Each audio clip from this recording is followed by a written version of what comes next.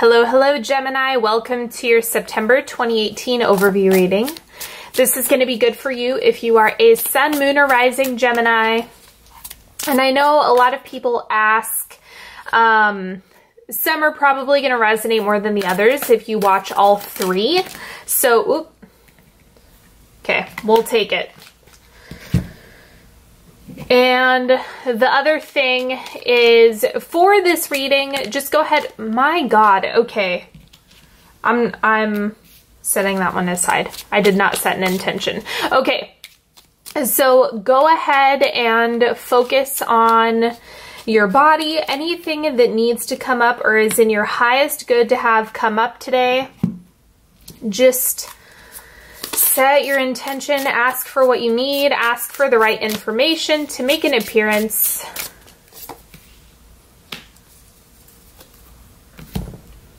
Okay, so first thing coming up, work for love. Okay, and I want to make the distinction here. This is not coming from a place of you have to work for it like you're not already worthy. I want to be very, very explicit that that's not what this card is about. This is really about making sure that you're doing your own personal work around this, because the more you're able to do that, the easier time you're going to have cultivating it, keeping it, calling it into your life. So remember that love is a verb. Love and relationship is not something that is like stagnant. It's not still water. It is fluid. So that means that it does take effort. It does take work. It does take a great deal of, it takes energy. So that's something that you want to make sure you keep in mind in these relationships that involve love, care, time, and attention. Now, your word of the month, and remember these cards have 3 phrases on them, so pay attention to what your intuition wants you to know. Incorporate. Weave in an unusual element. Bring all of your gifts together under one umbrella. Legitimize the endeavor. Okay, so this is also kind of the idea of combining things that you weren't expecting or that you didn't really think could work together. It's about making the attempt regardless. And the animal spirit card for you is spider. Yep, this is why you have the incorporate card coming up. It's about kind of spinning your web, getting everything together, working towards incorporating all of the elements that make sense for you and are right and true for you. So it looks like this month you might be going against the grain. You might have some kind of like radical ideas or ideas that are against the status quo, and that is all good. Like, this is something that you're constructing for yourself and nobody else. Because at the end of the day, you're the one who has to be aligned with your decision making. It is not something that, you know, if you're doing for somebody else, that's going to have a lasting satisfaction. Okay, and then this is the relationship card from the Affirmators deck. And I want to be clear, this is good for you in all types of relationships, not just romantic. So it'll apply no matter what. We have humility. I take a deep breath and release all of my desire to be right. Without right, what's left? A soft, pliable version of me that's willing to make mistakes, hear other people's opinions, and try doing stuff a different way. In other words, I get to take a pretty sweet, all-inclusive brain vacation. Some restrictions apply depending on the current tenacity of my ego. Okay?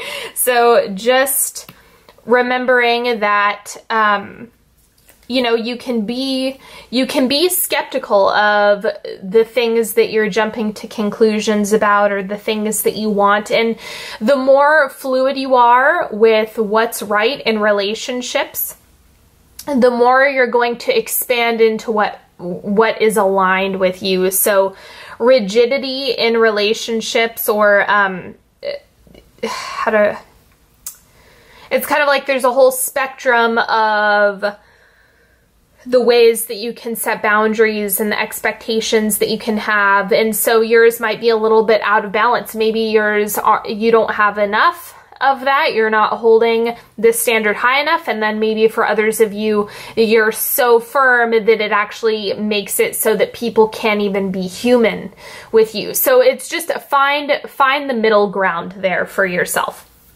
Okay, now I have the hierarchy of needs spread that I did a few months ago. I wanted to do it again. I felt like it was totally applicable for Virgo season. So that is what we're going to be doing today as we move into one of my favorite times of year.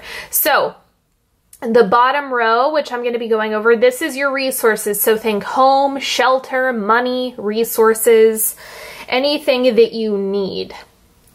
Okay, so first thing coming up for Gemini is the Queen of Feathers, independence. So it's kind of like breaking out on your own. And this is really about being true to yourself, true to your desires, owning what you want. The Queen of Swords is really naturally gifted in not only independence, but just saying, hey, this is what I want and I'm not accepting anything less. So the Queen of Swords is the opposite of people pleasing. Like it's on the far other end of the spectrum. So let's see what else we have coming up. The Hierophant. Again, we have boundaries popping up here. And the way that you're going to get more resources is by setting boundaries with yourself and with others, but mostly with yourself. So if you're trying to save, then you want, like, save money, then you want to make decisions that are in alignment with saving money. And so it's just about creating structures for yourself that are going to help you achieve a long-term goal with resources. This is also about making commitments to what you want. If you want a new job, if you want to purchase something large, if you want a new place to live, you have to make a commitment to getting there. You have to make a commitment to taking steps to get there, no matter what the obstacles may be, no matter the challenges. It's kind of like if you stick to what you want, then it's going to make this process much clearer. Like the direction that you're going is going to be clearer. And then we also have the Knight of Rocks. So this is trusting that you're able to get what you need. You know, I like to point out that this guy has a huge salmon in his mouth. So you can get fed, you can get the things that you need. And it's part belief, it's part mindset, it's part the actions that you're taking. There's a few different elements that go into it. So just remember, there's not a single solution. It's a blend of all the things that you're working with at this time so that you can actualize the things that you're looking to create. And then we also have the Hanged Man. So look at your habits. Look at what you're doing on a regular basis. Is that helping or harming?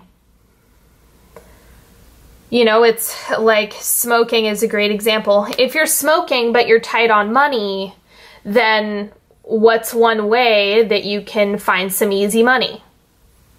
Do I need to say it? Like it's one of those things where if you look at what you're doing consistently and then seeing how is that going to benefit you long term, or where you can find some additional resources, it's kind of like those are going to give you some clues and insights as to how you can make things easier and better for yourself.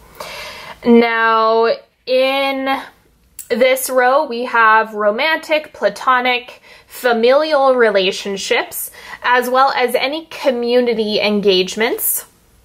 First thing, King of Shells. So being really honest with your feelings, being really communicative with what you want, what you desire, how you feel. That's the big thing that the King of Shells is able to do, is say, here I am, this is how I feel, this is what I want, and I'm holding that for myself. Maybe they can meet it, maybe they can't, but it's not your responsibility to have all of the information around that. It's just your responsibility to communicate and understand your needs. Okay, then we also have the Four of Feathers. So The Four of Feathers is kind of about taking a break, like resting. And I think that it's where you might be shifting the work from external. So maybe you're working really hard at relationships when the work might need to be more internal. And you might need to take a step back and look at what's going on for you. And that might be where the work piece comes in. Because sometimes if you're working really, really hard externally in another relationship, then what can happen is you have control energy kind of slip in underneath. And that can actually push a lot of opportunities away. And it can create a lot of unhealthy relationship patterns. So just be clear about what it is that you are, what it is that's going on for you. And then I also have the Knight of Feathers for you in relationships. So again, taking care of yourself, getting your needs met. It is not your responsibility to make somebody be available to you. It is not your responsibility to force or to contort so that someone else can do for you what you want them to. It's your job to meet that yourself, continue expressing, and then allowing the rest to fall into place in accordance with the actions that you're taking. So it's stepping away from any controlling energy and letting yourself just kind of be more fluid in your approach. So releasing expectations and just owning what it is that you want and need is going to be the best option here. Now up here, this is career, goals, insights around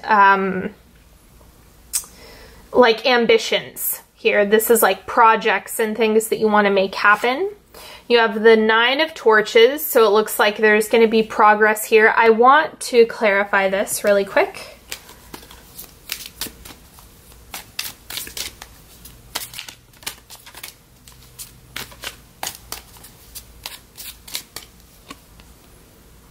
The High Priestess, so I think you already know what you need to do. I think that it's going to be important for you to listen to your intuition, especially around anything career-oriented, anything goal-oriented.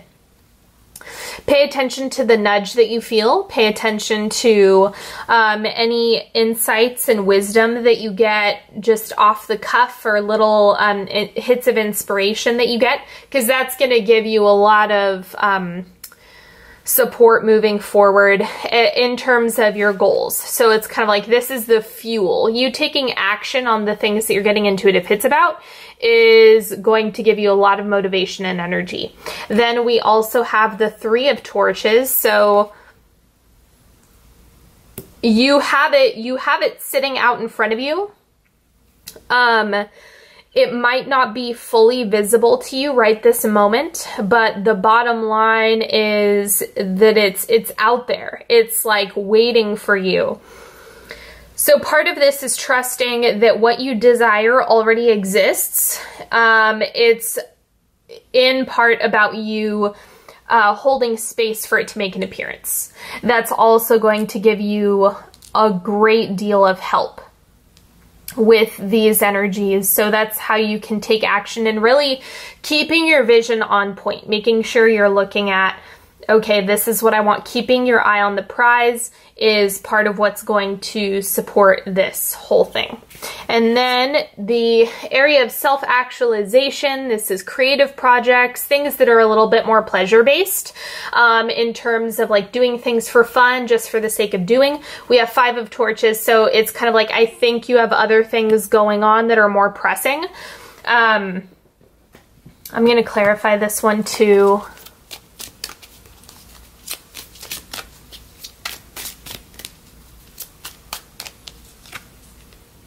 The World. So yeah, there's a few other things that need to be completed first. And I think taking a rest, like if you've been spinning your wheels in the mud with relationships, like take your foot off the gas pedal. Take a step back, take some time to reflect, take some time to really look at all of the pieces that are going on here before you try to like push through, if that makes sense. I think that's more important than focusing on like a creative project this month. Unless that has something to do with your goals and ambition. That would be the only exception. Okay, now I'm going into the timeline. So we have first, second, third, and fourth quarter. That'll be where you end the month. And the first quarter for Gemini is the Ace of Crystals, manifestation, prosperity. The first quarter is going to be the most potent time for you to manifest. It is going to be when you can really set your intentions for the month ahead. Honestly, I think that for you, it would be wise to look at your habits throughout Virgo season, throughout September. Look at your habits. Look at what you're doing on a consistent basis. Look at what you want for the year ahead. Kind of treat September like it's the start of a school year. And create goals for yourself, even if they're abstract. They don't have to be SMART goals, right? It doesn't have to be that. But it's something where you can really set your intention and focus on what you desire, what you're going after, what it is that you need, what it is that you want. And use this as kind of like a reset button. I think September would be a really great time for you to do that. Stepping back, pulling your energy away from relationships, not in a bad way. It doesn't mean they go on autopilot. It just means you're filling your tank. Okay, so that is all that's coming up for the first quarter. Second quarter, we have Knight of Shells, charm, passion. This is where, if you are doing what I'm suggesting, you're immediately going to find some relief in your energy. Okay, because again, as I like to point out in all my readings, you don't have to. You don't have to do any of this. None of this is concrete. None of this is set in stone. You have agency over your life. And so this reading is meant to empower you and say, these are the energies that you can work with this month to make this the best month possible for you. So it's just about taking this time to really work with it. And I think that regaining your energy is something that's going to give you a new lens around relationships and what you're creating for yourself. And then third quarter, Hanged Man. Yep, you want to start creating healthy habits for yourself that are contributing to what you desire, that are contributing to your goals, that are contributing to all of the things that you're getting done and making happen. So it's about focusing on what are the small actions you can take every day, and that being at the core of how you're building this. It's the small deliberate actions piece by piece. And then wrapping up the month, we have the Three of Crystals. So again, it's once you construct the types of things that you want, you're setting your intention, you have your vision, it's going to make it easier to pursue. It's going to make it easier to see the ways that you can take action. It's going to make it easier to put one foot in front of the other. If you have no vision, if you're aiming at nothing, then it's going to make it way more challenging to move. So remember that as you're going through this. It might be something where if you're wondering, why am I not moving forward? Why am I not getting what I want? It might be as simple as not having a vision or knowing exactly what it is that you're after. Okay, and then as always, we have a 3-card pick. You're welcome to select a card that works for you. All right, deep breath. Okay, card number 1. 5 of Cups. Remember that what is leaving your life, what doesn't work, is sparing you. So it's actually helping you conserve your energy and putting it towards something that is bigger, better, brighter.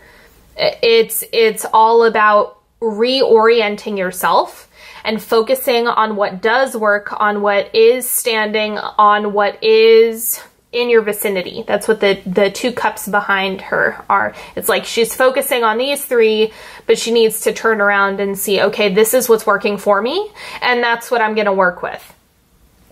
Card number 2, we have the 2 of Swords. Not knowing exactly how things are going to pan out is working for you.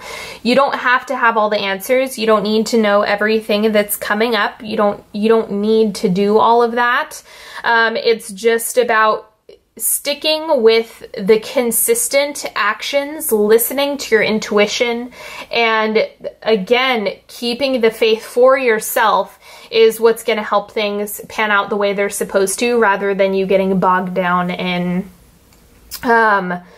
trying to peek around every corner. So kind of trust the unknown, because that's where all of the things work for you. If you try to get too stuffy in the space of the unknown, it kind of suffocates things so that your higher power, God, divine source can't really do what it's trying to.